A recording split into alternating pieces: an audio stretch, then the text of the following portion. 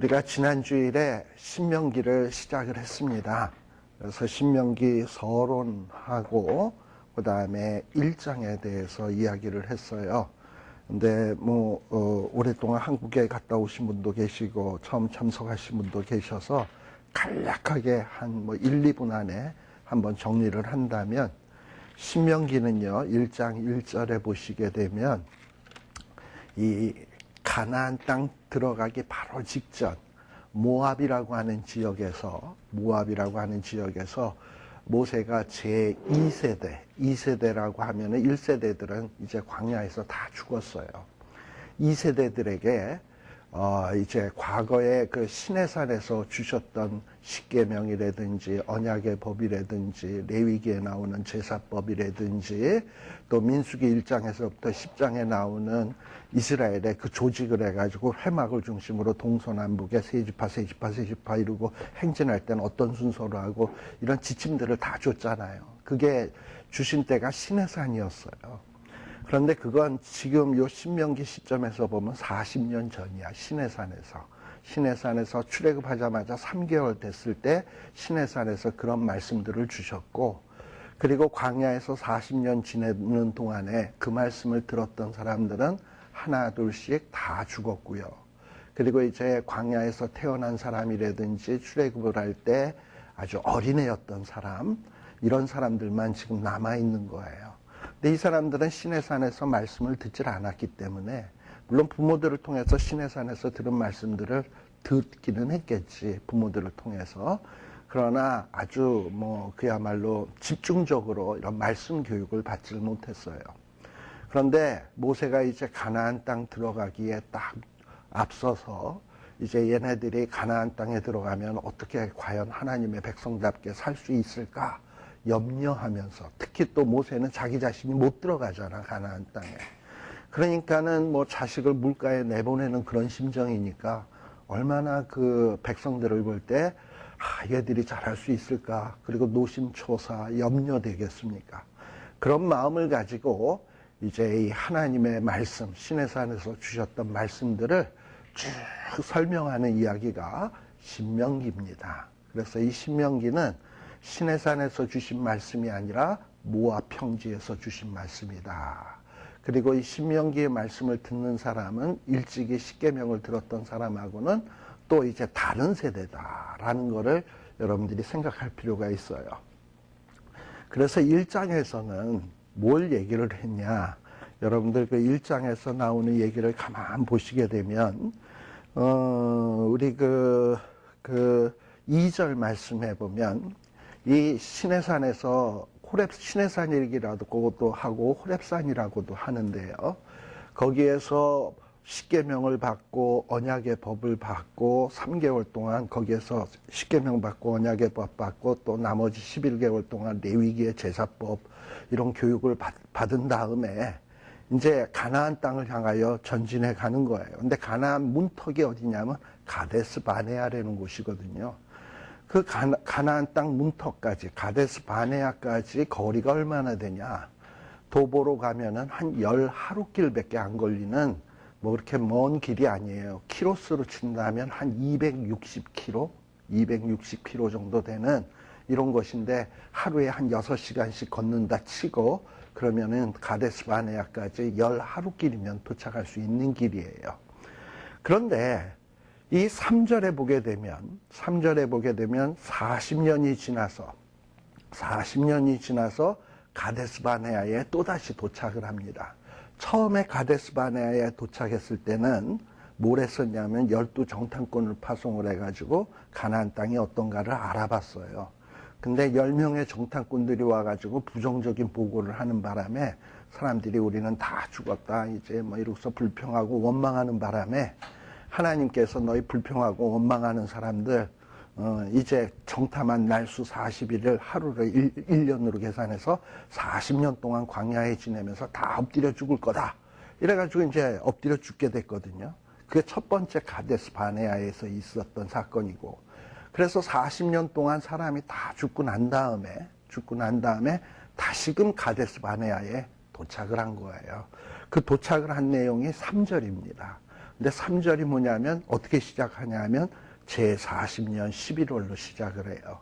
그러니까 10하루길이면 올 수 있었던 길을 몇 년 만에 지금 오게 된 거냐면 40년 만에. 그래서 10하루길이 어떻게 하다가 이렇게 40년이 긴 세월에 걸쳐서 오게 됐는가 하는 내용을 설명하는 내용이 바로 여기 그 1장에 나오는 내용들입니다. 그래서 1장의 내용에 보게 되면 아까 제가 처음에 가데스 바네아 사건이 있었죠. 19절에서부터 보면 첫 번째 가데스 바네아에서 어떤 일이 있었냐면 정탐꾼 파송했다 그랬죠. 정탐꾼 파송하고 사람들이 불평하고 원망했다라는 얘기했어요. 자, 그런데 백성들이 이렇게 하나님을 믿지 아니하고 이 10명의 정탐꾼들의 말씀을 듣고 하나님 앞에 불평하고 원망한 것을 성경은 뭐라고 얘기하냐? 1장 43절에 보시게 되면 너희가 듣지 아니하고 여호와의 명을 거역했다라고 얘기합니다. 또 1장 32절에도 보게 되면 이 일에 너희가 너희 하나님 여호와를 믿지 않았다. 왜 10하루길을 40년 동안 걸리게 되었는가? 하나님이 가나안 땅 준다 그랬는데 그 올라가면 될 것을 올라가지 아니하고 백성들은 뭐라 그랬냐면 올라가라 그랬더니 잠깐만요. 그냥 올라가서야 되겠습니까? 우리가 가나안 땅을 정탐해보고 과연 점령할 수 있는 땅인지 어디로 가야 점령을 하기에 쉬운지 이런 거 알아보고 가야지 하나님이 가란다고 무턱대고 가면 되겠습니까? 해가지고 정탐꾼을 보낸 거거든요. 이게 다 뭐냐 하면 하나님을 믿지 않은 거야. 그리고 올라가라 그러는데 안 올라간 거예요. 그래서 하나님을 믿지 않고 하나님의 명령을 거역했기 때문에 10하루길이 40년이 돼버린 거예요. 우리들도 똑같아요. 뭐냐 하면은 우리들이 성경 말씀에 보면 우리에게 시시때때로 삶 속에서 하나님이 명령 주시는 것이 있거든. 그런데 그 명령의 말씀들을 딱 읽을 때 하나님, 현실은 이렇지가 않아요. 현실은 이 말씀대로 살다가는 쪽박차요. 하나님, 이건 하나님의 생각이 좀 틀린 것 같아요. 하고 내 생각이 옳다고 뭘 하잖아요. 빨리 될 것 같죠. 10하루길이 40년 됩니다. 그때서 40년 지나서 뭐라고 얘기하느냐. 아, 하나님의 생각이 맞았군요. 내가 40년 허송세월했군요. 하고 후회하게 되는 거예요. 그래서 성경에서 말씀하는 가장 중요한 것은 뭐냐면 무엇이 가장 복된 길이냐 할 때 하나님의 말씀대로 하는 것이 가장 복되다는 거예요. 왜 그러느냐 하면 하나님이 천지 만물의 창조자고 우리 인간의 창조자고 모든 것을 설계하고 만드신 분이거든요. 따라서 그분이 우리에게 주시는 매뉴얼이 있는 거예요. 그 매뉴얼대로 해야 이게 제대로 사용을 할 수 있지. 우리가 기계를 사도 그렇잖아요. 기계를 딱 보고 내 짐작대로 내 생각대로 멋대로 그 기계를 작동하다 보면은 망가져가지고 그런 경우에는요. 매뉴얼 따르지 않고 내 멋대로 해서 망가뜨리면 애프터 서비스도 못 받아요. 그러니까 매뉴얼대로 해야 기계를 가장 정확하게 살 수 있고 사용할 수 있고 그리고 온전한 기능을 발휘할 수 있는 겁니다. 그래서 이 신명기에서 계속 얘기하고자 하는 것은 하나님의 말씀대로 살아라. 그것이 너희들이 복받는 길이고 너희가 사는 길이다라는 거예요. 그런 식으로 해서 이런 내용들을 지난 시간에 했는데요. 우리가 오늘은 한 40절서부터 1장 40절서부터 다시 살필 내용이에요. 어쨌든 이스라엘 백성들이 가데스 바네아에서 정탐꾼들이 돌아와 가지고 저 땅은 사람을 삼키는 땅이고 우리는 저 땅에 가면 죽는다. 거기에 있는 사람은 장대 와 갖고 우리는 그 앞에 메뚜기 같다. 해 가지고 하나님이 진노하셨고 모세를 통해서 그래? 너희들이 그렇게 나를 믿지 않고 내 말을 거역해? 그러면 40년 동안 너네 다 죽을 거야. 하고 이제 말씀이 선포가 되었거든요. 그리고 그렇게 되었기 때문에 이제 이스라엘 백성 그리고 이제 하나님께서는 어떤 명령을 하느냐? 40절에 보면 이제 너희들은 가나안 땅 들어갈 지금 현재로서는 자격이 안 되니까 가데스바네아에서 직접 가나안 땅으로 들어가지 말고 회정하여, 회정이라는 게 뭐냐면 발걸음을 돌이켜서 이제 너희는 가나안으로 갈 것이 아니라 어디로 가라? 광야로 들어가라. 광야로 가라는 거예요. 그러니까 이 이스라엘 백성들이 가나안 땅을 코앞에다 두고 글로 가라고 들어가야 되는데 들어가지 못한다고 하니까는 이때서야 정신이 번쩍 들면서 하나님 앞에 뭐라고 얘기하냐면 41절 이스라엘 백성들이 뭐라고 대답했냐면 모세에게 나와서 아이고 우리가 여호와께 범죄했습니다. 이제라도 우리가 하나님의 명대로 우리가 하나님께서 우리에게 명하신 대로 우리가 올라가서 가나안 사람들하고 싸우겠습니다. 이러고 얘기를 하는 거예요. 자, 요 말을 잘 보면 어떻게 보면 회개하는 것 같아. 하나님 우리가 범죄했습니다. 그렇잖아요. 회개하는 것 같잖아요. 범죄했습니다. 그리고 이제 하나님의 명하신 대로 하겠습니다. 순종하겠다는 표현인 것 같아요. 그런데 이 하나님의 명령은 첫 번째는 가나안에 올라가라 그랬어요. 근데 그 명령을 거역했던 거예요. 이제 하나님이 두 번째로 주신 명령은 이제 올라가지 말고 광야로 가라 그랬어요. 아니 범죄했다고 생각했으면 이제부터 주어지는 하나님의 명령에 순종해야 될 거 아니에요. 이전 명령에 대해서 범죄했으면 지금 주시는 명령이라도 순종해야 될 거 아니에요. 범죄했다고 잘못했다고 생각했으면 이제부터 잘해야 되잖아요. 그러니까 이 얘기는 무슨 얘기냐면 내 식대로 해야 되겠다는 거야. 그러니까 하나님이 익스큐즈 하라는 거야. 하나님, 아이고 우리가 아까 잘못했으니까 이제부터 다시 할 테니까 다시 봐주세요. 이러는 거예요. 이러면서 싸우겠습니다. 올라가겠습니다. 하면서 각각 병기를 띠고 경솔히 산지로 올라가려 할 때에 그러면서 하나님이 가지 말라 그랬는데 광야라고 가라 그랬는데 다시금 이 산지로 올라간다라는 것은 무슨 얘기냐 하면은 이 가나안 땅은요. 잠깐만요.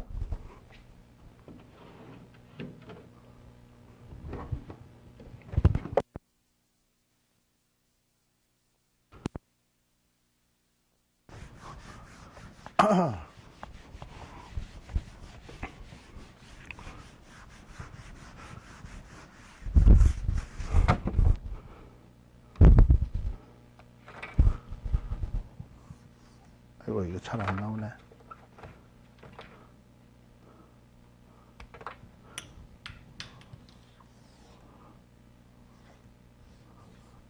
자, 이스라엘 백성들이 여기가 이제 시내산이고 이렇게 돼요. 자, 여기가 갈릴리 사해바다. 이러고서 이제 이스라엘 백성들이 애굽에서 나와서 이런 식으로 지금 가고 있는 거예요. 가나안 땅으로. 가나안 땅은 여기가 가나안 땅이에요. 여기가 지중해고. 자, 이렇게 올라가는데 가데스 바네아라는 곳은 어디냐면 여기 이제 산들이 막 있어. 가데스 바네아가 요쯤 돼요.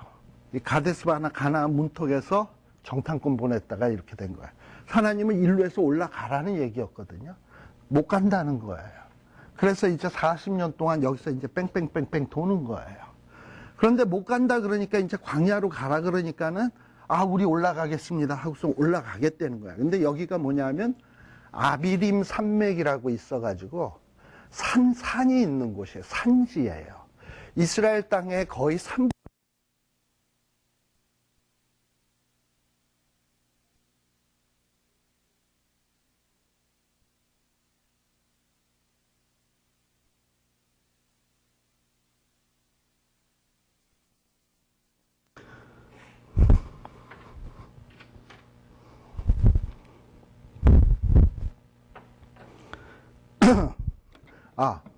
가나안 땅은 거의 3분의 2가 산지거든요. 그러니까 산지로 올라가겠다는 건 가나안 땅으로 가겠다는 거예요.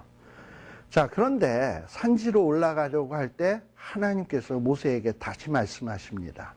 뭐라고 얘기하냐면 이제는 올라가지 마라. 아까 올라갈 때는 안 올라갔으니까 이제는 올라가지 말라는 거예요. 그리고 가나안 사람들하고 싸우지도 말라는 거예요. 이유가 뭡니까? 이제는 내가 너희와 함께 있지 않겠다라는 거예요. 이스라엘 백성들이 그동안 애굽에서 나오면서 애굽 바로와 싸웠고 그리고 또 홍해를 건넌 다음에 르비딤이라는 곳에서 아말렉과 싸워서 모세가 이렇게 손들고 기도할 때 승리를 했어요. 내리면 좀 소강 상태고. 이러면서 이렇게 기도하면서 어떤 큰 전쟁을 이기곤 했습니다. 근데 그때 전쟁에 이길 때 이스라엘 백성들이 자기 실력으로 이겼냐 하면 아니에요. 하나님이 함께 하셨기 때문에 이길 수 있었어요. 그러니까 이스라엘 백성들이 전쟁에 이길 수 있었던 비결이 있다면 하나님이 함께 하는 거예요. 그런데 이스라엘 백성들이 지금 다시금 산지로 올라가서 가나안 사람과 싸우겠다가 병기를 들고 올라가면 무조건 이기느냐? 하나님이 함께 가야 이기는 거지. 하나님이 함께 안 가면 이기지 못해요. 그런데 하나님이 함께 가고 안 함께 가고의 요 결정이 어떻게 해서 이루어지냐? 하나님의 말씀대로 순종하면서 살면 하나님이 함께 하시지만 네 멋대로 하겠다 그러면은 하나님이 안 함께 하는 거예요. 아모스서에서도 두 사람이 이렇게 길을 가다가 두 갈래 길이 나왔어요. 두 갈래 길이 나왔을 때 우로 갈까 좌로 갈까 두 사람이 의견이 분분해가지고 의견이 나누어졌어. 그러면 둘이 같이 갈 수 있겠습니까? 그래서 성경에서는 두 사람이 의합치 못하고서야 어찌 동행하겠으며 라는 얘기를 해요. 그것은 마치 뭘 얘기하는 거냐면 하나님과 하나님의 백성이 뜻이 합하지 않고서야 어찌 하나님이 그들과 함께 동행하겠냐는 거예요. 지금 하나님은 올라가지 말고 내려가라 그러는데 아니요, 우리는 올라가겠습니다. 이러고서는 뜻이 다른데 하나님이 어찌 함께 하겠습니까? 그래? 그럼 니들끼리 가 하고 얘기하는 거예요. 그러면서 42절에 보면 올라가지 말라 그랬는데 올라가야 되겠다고 자꾸 박박 우기니까 야, 내가 너희 중에 있지 않아. 너희들 내가 안 가면 너희는 전쟁에서 져. 그러니 올라가지 마 하고 지금 신신당부하고 있는데도 이스라엘 백성들은 43절에 보게 되면 뭐라고 얘기하냐? 하나님의 말씀이 귀뚱에도 안 들려. 있잖아요. 자기 생각에 머릿속에 확 어떤 결론이 내려지고 결정을 딱 해버리면 그 다음에는 다른 사람의 어떤 충고나 권고나 조언이 전혀 안 들리는 거 알아요? 안 듣는 거야. 하나님이 내 함께 안 해. 아주 중요한 사실을 얘기하는데도 듣지를 않고 그리고 광야로 가라고 하신 하나님의 명령을 거역하고 그리고 뭐라고요? 천자희. 우리 개역개정에는 뭐라고 나옵니까? 천자희라는 말이. 천자희라는 말이 개역개정에서도 천자희라고 나오나요? 새로 나온 성경에도? 다들 옛날 성경 들고 다니시나? 천자희라는 말은 어떤 지금 이 상황을 제대로 분별함이 없이 그냥 지 생각대로 교만해가지고 우쭐해서 하는 행동. 이게 천자희야. 그러니까 지금 하나님이 왜 올라가라 그랬다가 올라가지 말라 그랬을까? 이런 거에 대해서 좀 분별을 하고 생각을 해야 돼요. 그리고 광야로 가라 그랬으면 그 뜻이 있을 텐데 또 하나님이 함께하지 않겠다고 했으면 어떤 결과가 나오지? 이런 걸 생각을 해야 돼요. 이런 거에 대한 분별이 없이 나는 할 수 있어 무조건. 자기 생각에 도취돼가지고 이러고 경솔히 하는 행동을 가리켜서 천자히 히브리어로 주드라는 말을 씁니다. 천자히 행했다라고 얘기하고 있는 거예요. 자, 그러니 이렇게 지멋대로 행동을 했으니 어떤 결과가 벌어지겠습니까? 44절에 보니까 이 산지에 거하는 아모리 족속이 아까 그 산 아까 보여줬죠? 그 산 약간 위쪽에 보면 아모리 족속들이 있어요. 이 아모리 족속들은 언제부터 살았던 가나안 땅에 살았던 사람들이냐면 아브라함이 갈대아 우르를 떠나서 가나안 땅에 왔잖아요. 그 전서부터 아모리 사람들은 거기 살고 있었어요. 근데 이 아모리 사람들은 굉장히 키도 크고 등치도 좋고 그리고 강력한 민족이에요. 이 족속들이 거기에 떡하니 버티고 있는 거예요. 근데 이 떡 버티고 있는 사람이 벌써 아브라함 때서부터 이전서부터 살았으니까 아브라함 때서부터 지금 이스라엘 백성들이 출애굽할 때까지 몇 년이 지났습니까? 400년이 넘게 지난 거 아니에요? 400년 넘도록 지들이 지금 살고 있는데 엉뚱한 민족들이 애굽에서 나와서 지네 땅에 들어온다는 거야. 이유인 즉슨 아브라함에게 주셨다는 거야. 근데 아브라함 살 때에 이미 가나안 사람들은 거기 살고 있었거든. 살고 있는데 누가 들어왔어요? 아브라함 혼자 들어온 거 아닙니까? 가나안 땅에 살던 사람은 더 많았고. 그러니까 아무리 사람 입장에서 보면 누가 객이고 누가 그 땅의 주인이에요? 자기네들이 주인이고 쟤네들이 객인데 이전에 400년 전에 뭐 아브라함이 잠시 살았다는 이유로 이 땅을 넘봐? 웃기잖아요. 그러니까 이것들 봐라, 이것들이 우리 땅에 올라온다고? 이러고서는 그 산지에서 와르르 그냥 떼거지로 내려와 가지고 지금 이 가나안 땅으로 올라오려고 하는 이스라엘 사람들에게 달겨들었어요. 어떻게 여기 나오는 표현을 보면 참 재밌어. 44절 마주 나와서 어떻게? 벌떼같이. 여러분들 그 산소 같은 데 가서 벌초라는 거 하잖아요. 그러다가 말벌 집 있는 데를 툭 하고 건드렸다든지 그러면 어떻게 됩니까? 완전히 얼굴이 밤탱이 되는 거 아시죠? 벌떼들이 그냥 벌떼같이 달려들어가지고 이리 쏘, 심지어는 죽어요. 벌에 물려서. 그런 일들 많이 봐요. 그런데 이렇게 벌떼같이 달려들어가지고 아모리 족속들이 이스라엘 사람들을 공격한 거예요.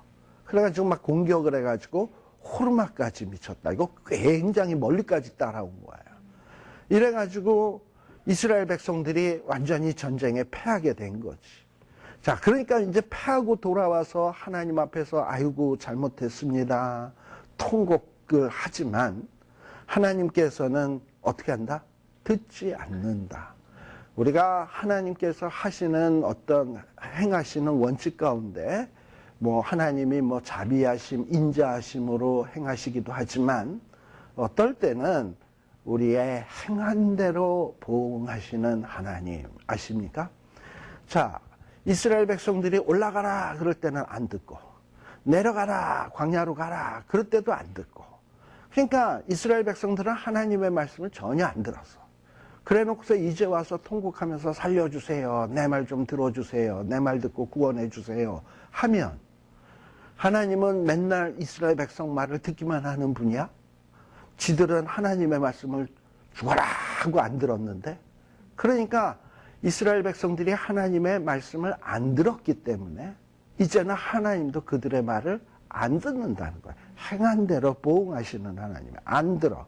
하나님의 말씀에 귀를 기울이지 않았기 때문에 하나님도 이스라엘 백성들에게 귀를 기울이지 않는 거예요. 그리고 약속하신 대로 어떻게 되느냐? 너희들은 이 가데스 바네아에서 40년 동안 유리하고 방황해야 된다. 이러고서는 방황하는데 그게 뭐냐? 정탐한 날이 40일이었거든요. 정탐꾼이 들어가서. 그래서 하루를 1년으로 환산해서 40년 동안 이스라엘 백성들이 광야에서 방황하면서 불평하고 원망했던 사람들이 다 죽어갑니다. 자, 우리는 그거 뭐 명령 한번 안 들었다고 11일 걸릴 길을 40년 동안 헤매게 하시고 고생하게 하시고 그리고 또 이 40년 동안 고생하게 할 뿐만 아니라 그 광야에서 가나안 땅 발도 못 들여다 놓고 죽는다. 이거 하나님이 너무 가혹하신 것 아닌가? 너무 잔인하신 것 아닌가? 하는 이런 의문이 좀 들어요.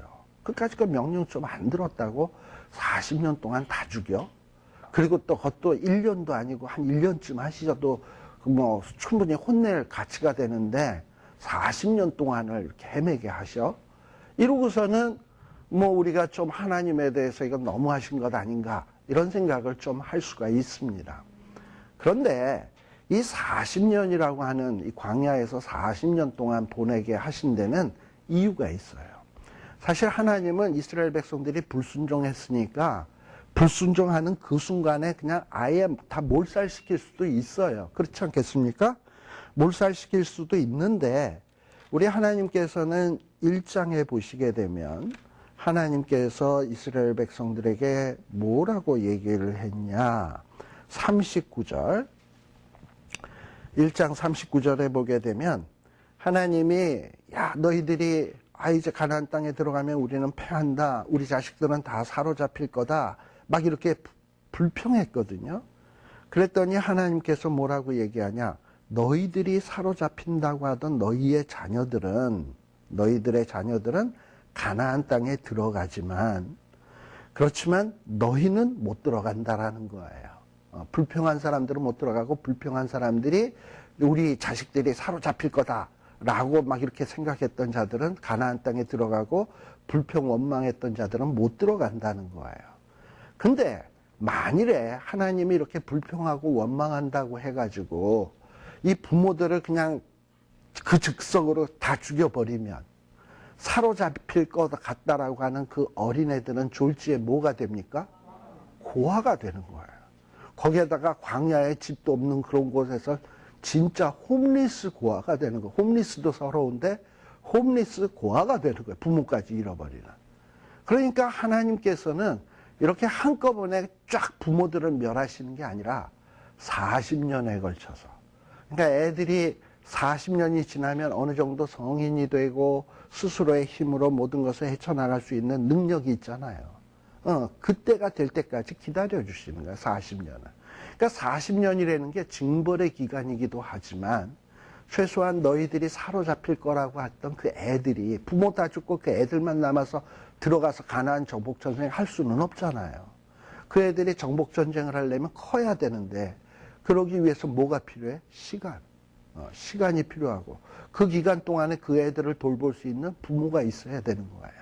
그러려면 40년이 필요한 거예요. 그러니까 이 하나님은 징계 중에도 긍휼을 잊지 않는 그런 하나님이셔. 그러니까 우리를 그냥 징계하신다 그래서 우리를 망하게 하시는 하나님이 아니라 그 징계 가운데서도 나를 살 수 있는 길을 예비하고 있는 분이라고요. 그래서 이 40년이 걸린 거예요. 자, 그런데 2장에 보세요. 자, 그런데 이제 1장은 어떻게 보면 이 과거를 옛날 가데스 바네아에서 불평하고 원망하던 그 처음에 가데스 바네아에 도착했던 상황이고 2장은 이제 또다시 가데스 바네아에 도착을 했는데 이건 몇 년 지나서 도착을 한 거냐면 40년이 지나서 가나안 땅에 도착한 거예요. 2장 1절에 보면 우리가 회종하여 여호와께서 내가 명하신 대로 홍해 광야길에 들어가서 얼마 동안? 여러 날 동안. 여기 여러 날이라 그러니까 며칠인가 보다 이렇게 생각하면 안 되고 40년을 지금 광야에서 헤맨 거예요. 지금 이 1절에서 얘기하는 것은 40년 동안 세일산 주변에 이 광야를 두루 행하다가 근데 그렇게 40년이 거의 다 돼갈 무렵에 하나님께서 모세에게 나타나셔서 말씀하시기를 야 너희들이 이제 이 광야 지역 이 세일산 주변을 이리저리 헤매고 다닌 지 오래니 이제는 가나안 땅 들어갈 때가 되었으니 돌이켜서 북쪽으로 나아가라 이러면서 이제 가나안 땅으로 가라. 그래서 가나안 땅으로 가기 위해서는 에돔이 있는 지역으로 이렇게 가기 시작하라는 거예요. 자, 그러면서 이 북쪽으로 나아가라고 얘기를 하는데 그런데 4절서부터 하나님께서는 뭐라 그러냐 요 세일에 거하는 너희의 동족 에소의 자손의 지경으로 지날 때에 그들이 너희를 두려워하리니 너희는 깊이 스스로 삼가라 라는 이야기를 합니다. 자, 여기에 보면 이스라엘 백성들이 이제 40년이 지나서 이 가나안 땅으로 가기 위해서 에돔 지역을 지나가게 돼 있는데요. 근데 이 에돔의 에서의 후손들이 이스라엘 백성들을 두려워할 거다라고 이렇게 기록이 되어 있어요. 그런데 우리가 민수기 20장 18절에서부터 21절에 보시게 되면 잠깐 20장 18절에서 21절에 보면 이 말씀과 병행되는 본문이 나옵니다. 민수기 20장 18절에 보면 뭐라고 얘기하냐. 이스라엘 백성들이 에돔 땅으로 가려고 할 때 아주 에돔 왕이 탁 나타나가지고 야 이놈들아 너희들은 우리 가운데로 통과하지 못한다. 너희들이 만일 통과하려고 하면 내가 나가서 칼로 너희들을 맞을 거다. 이러고서는 아주 고압적인 자세로 이 에돔 왕이 나오는 모습을 보거든요. 그러니 민수기 20장 18절에 나오는 이 모습을 보면 에돔 왕이 두려워하는 모습이에요? 자신만만하게 나타나는 모습이에요? 자신만만하게 나타나는 모습이잖아. 그런데 신명기에서는 뭐라고 얘기하냐면 에돔 사람들이 에서의 후손들, 에돔의 왕도 너희들을 두려워할 거다. 이러고 얘기를 했는데 아니, 민수기에 나오는 내용하고 신명기에 나오는 내용이 다르지 않냐. 뭐 이런 생각이 든다 이 말이지요. 자, 그런데 이건 왜 그러느냐. 여러분들 저도 우리 집에 개를 2마리 키운 적이 있거든요. 겁이 많은 개는요, 아주 왕왕 짖어요. 겁 없는 개는 안 짖어요. 쓱 쳐다보고 있다가 슬그머니 와서 그냥 콱 물어요. 그냥 걔네들은. 그러니까 진짜 무서운 개는 어떤 개냐? 그냥 쓱 보고 슬금 달가오다가 턱 무는 놈. 이런 놈은 겁 없는 개야. 근데 겁 있는 개는 그냥 거품을 물고 물어. 근데 사람이 보기에는 막 거품을 물고 짖으면 그게 더 싸나워 보이고 그게 더 아주 용맹해 보이는데 전혀 안 그래요. 되게 겁 많은 개들이 짖어요. 그러니까 지금 에돔 왕이 민수기에서 너희들 우리 땅 못 통과한다. 너희들이 오려고 하면 내가 칼로 가서 맞을 거다. 라고 얘기하는 건 왜 그런다? 겁먹어서 그런다. 겁먹어서 그런다. 그걸 지금 신명기에서 지적을 해주고 있는 거예요. 뭐라고 얘기하냐? 이미 지금 이 에서의 후손들, 이 에서는 참 사냥도 잘하고 용맹한 사람입니다. 그런데 이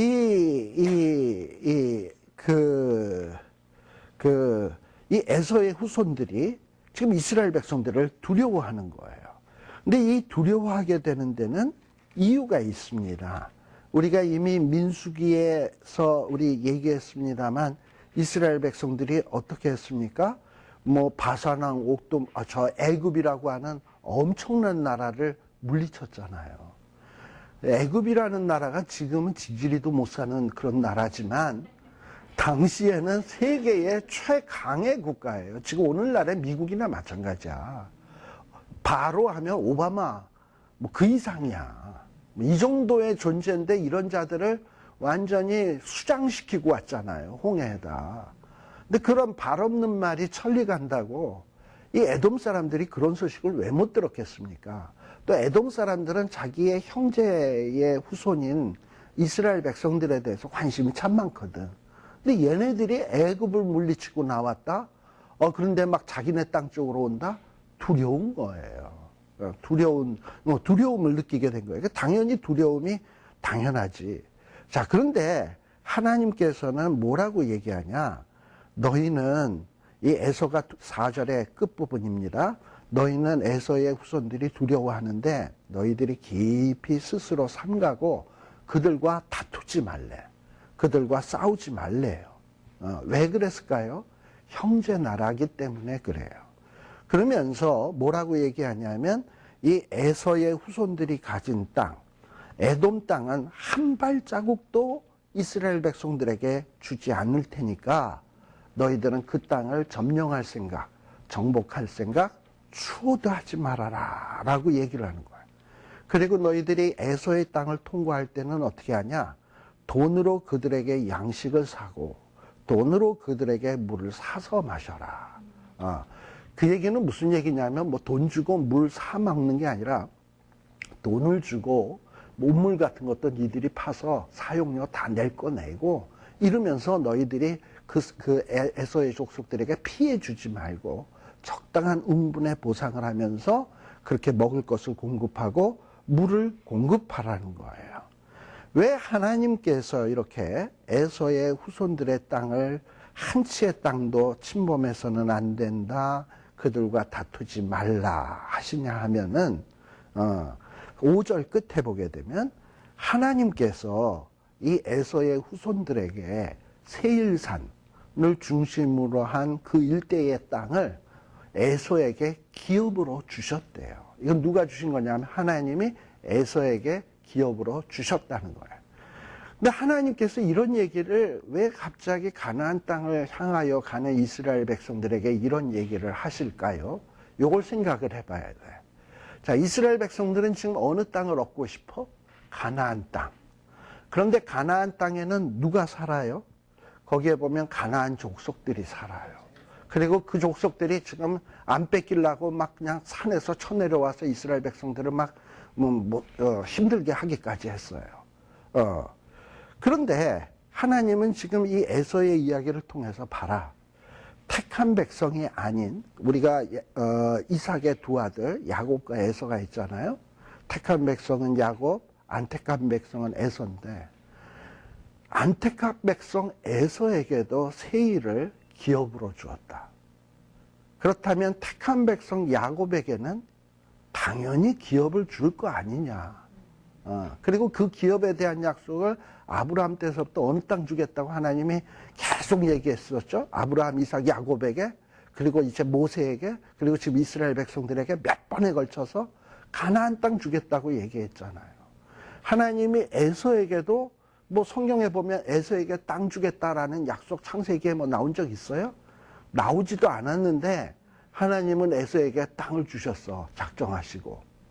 그렇다면 이스라엘 백성들하고는 약속을 그렇게 했으면 하나님은 이스라엘 백성들에겐 당연히 가나안 땅을 주실 것 아니겠습니까?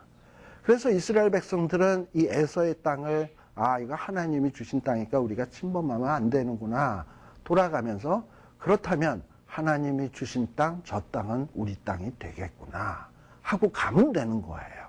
그래서 지금 하나님이 이렇게 하시는 거예요. 또 하나의 이유는 뭐냐면 하나님이 주셨기 조금 전에도 얘기했습니다만 형제거든.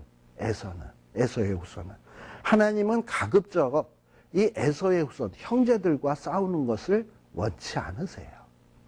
자, 그러면서 뭐라고 얘기합니까?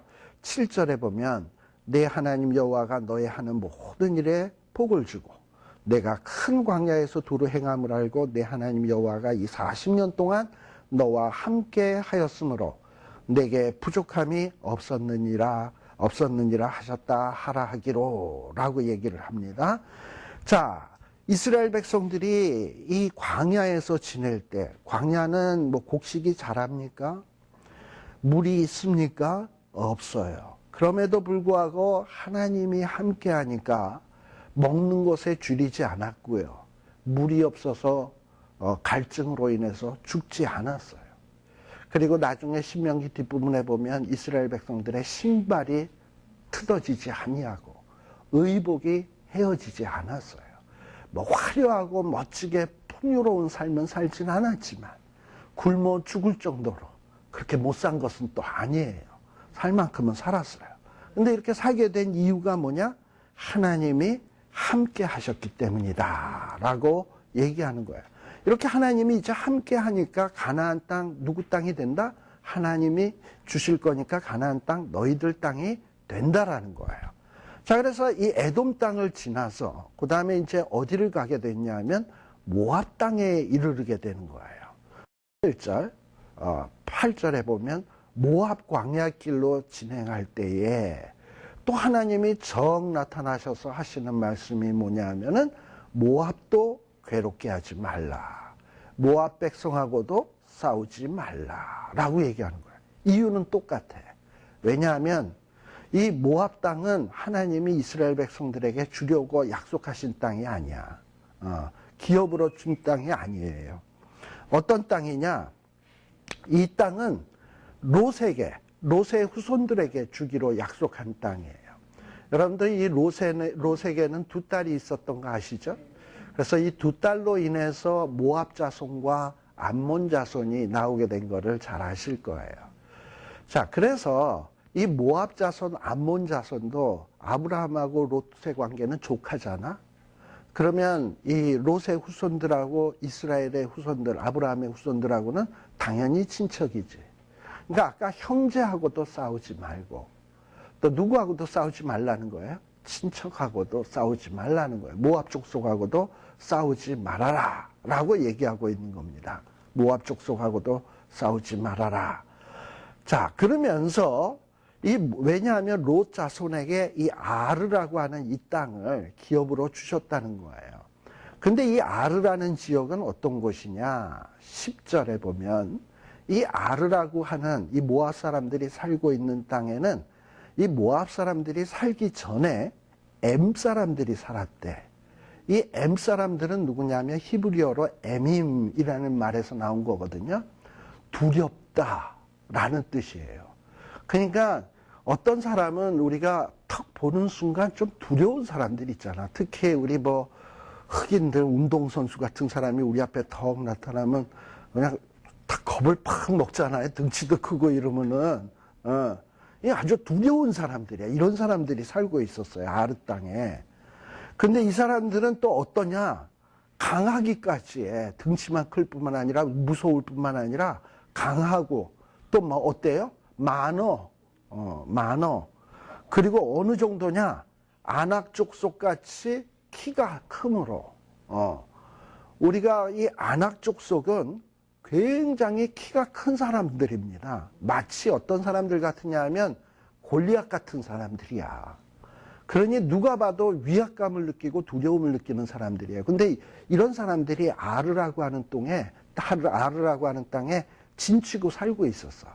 그런데 하나님이 롯의 후손 모압 사람들에게 그 땅 주시기로 작정을 하시니까 이 모압 사람들은 이 에밈 사람들에 비하면 약한 사람들이거든요.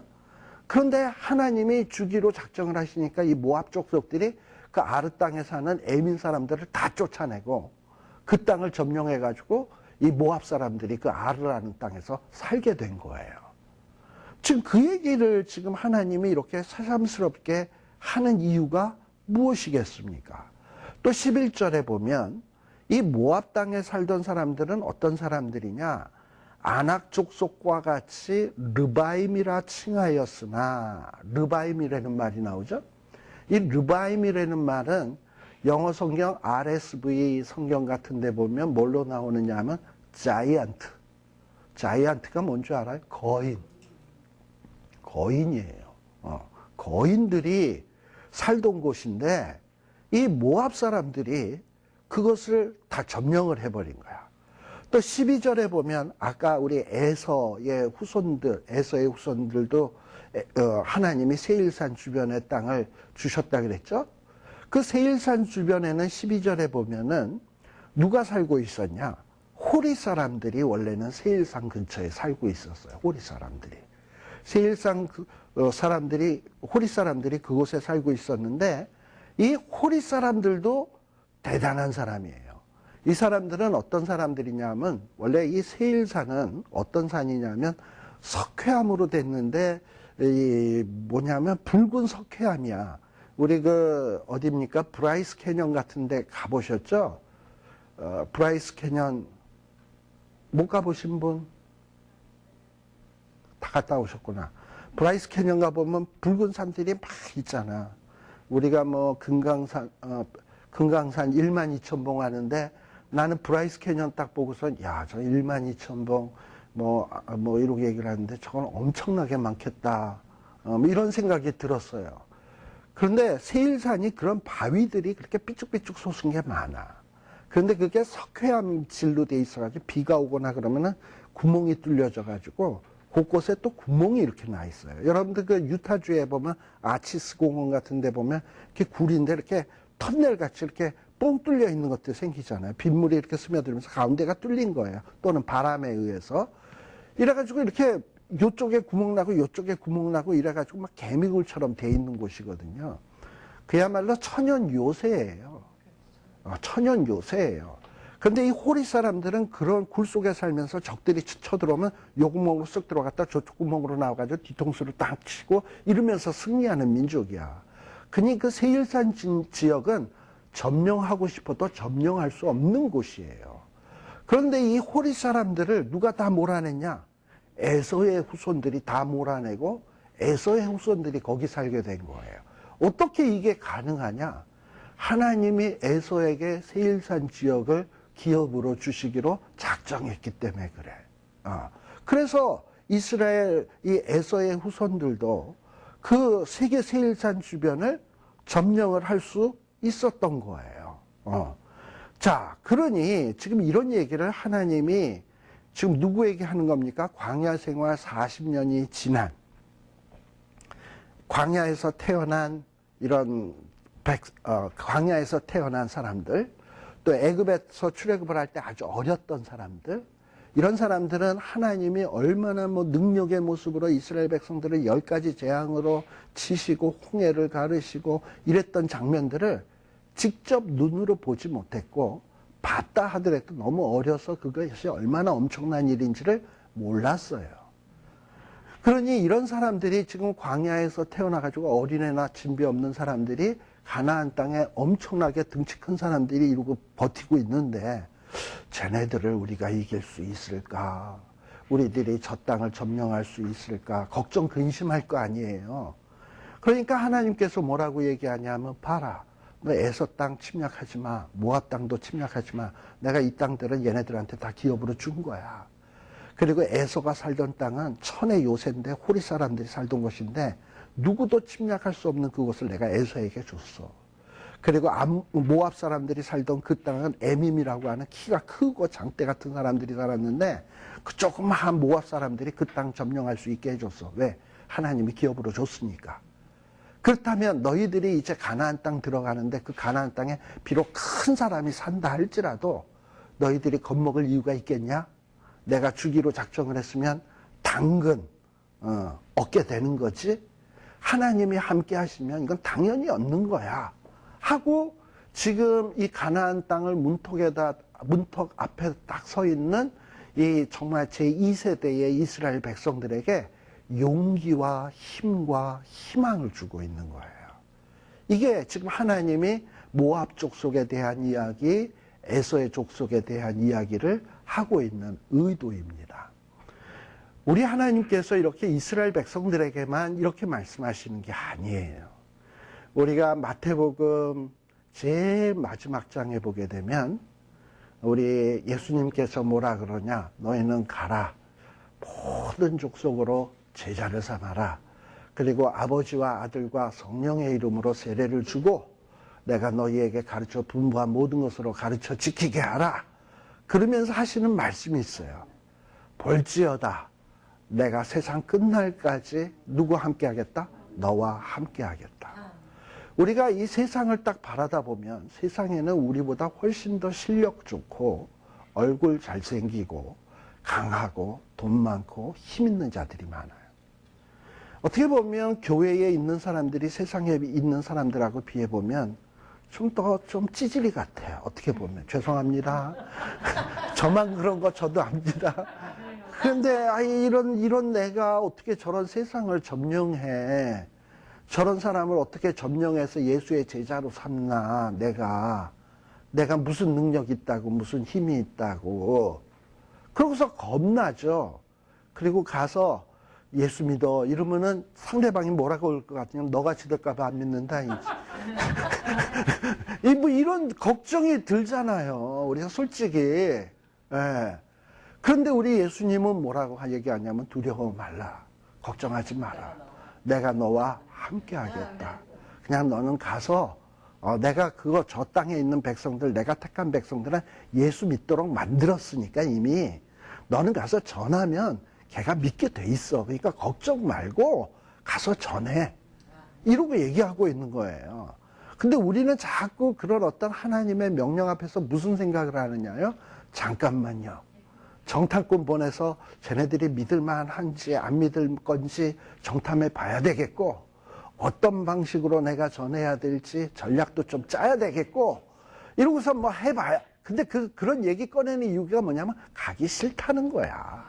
요는 가기 싫어서 지금 주춤거리고 있는데 이 핑계 저 핑계 되는 거야. 그러면 11일 걸릴 거를 40일 걸리게 되는 거야. 아시겠어요? 그러니까 하나님이 주신다고 했으면 아멘 하고 가는 거예요. 나 비록 약하나 우리 주는 강하시다. 우리 가스배송에 있잖아요. 나는 비록 약하나 우리 주님 강하시다. 걱정하지 말고 이러고 가면 되는 것을 사람들은 자꾸 이렇게 생각을 해. 그리고 핑계를 대. 예. 자, 그래서 이제 13절에 보면 하나님이 뭐라고 얘기합니까? 이제 너희는 일어나서 모압에게도 하나님이 땅 주셨고, 그리고 에돔 족속에게도 땅 주셨고, 이제 하나님이 너희에게도 땅 주신다고 했으니 너희도 이제 땅 얻을 사람이니까 가라는 거예요. 13절. 일어나서 어디를 건너가라? 세렛시내를 건너가라. 이 세렛시내만 건너면 이제 가나안 땅이야. 가라는 거예요. 그래서 너희들이 이 세렛시내를 건너기까지 몇 년 걸렸다? 38년 걸렸다. 38년 걸렸다. 이 38년 동안 어떻게 되었냐? 이 모든 군인들이 누구냐면 1세대 사람들이에요. 1세대 사람들이 어떤 사람들입니까? 애굽 땅에서 하나님의 큰 능력을 눈으로 목도한 사람들이에요. 10가지 재앙 일어나는 거 눈으로 봤고요. 그리고 6월절 사건으로 통해서 애굽의 장자들이 줄초상 나는 거 봤고요. 그리고서 이스라엘 백성들이 홍해 갈라지는 거 봤고요. 애굽의 왕들과 군사들이 그냥 수장당하는 거 봤고요. 광야 땅에 나와서 구름기둥 불기둥 봤고요. 반석이 깨지면서 물 나오는 거 봤고요. 이스라엘 백성들이 아말렉이 나왔을 때 모세가 산 위에서 기도할 때 승리하는 모습 봤고요. 그러니 여러 가지 이런 걸 보고 뭐라 그러냐? 산전수전 다 겪었다. 그렇잖아요. 산전수전 공중전까지 다 겪었어요.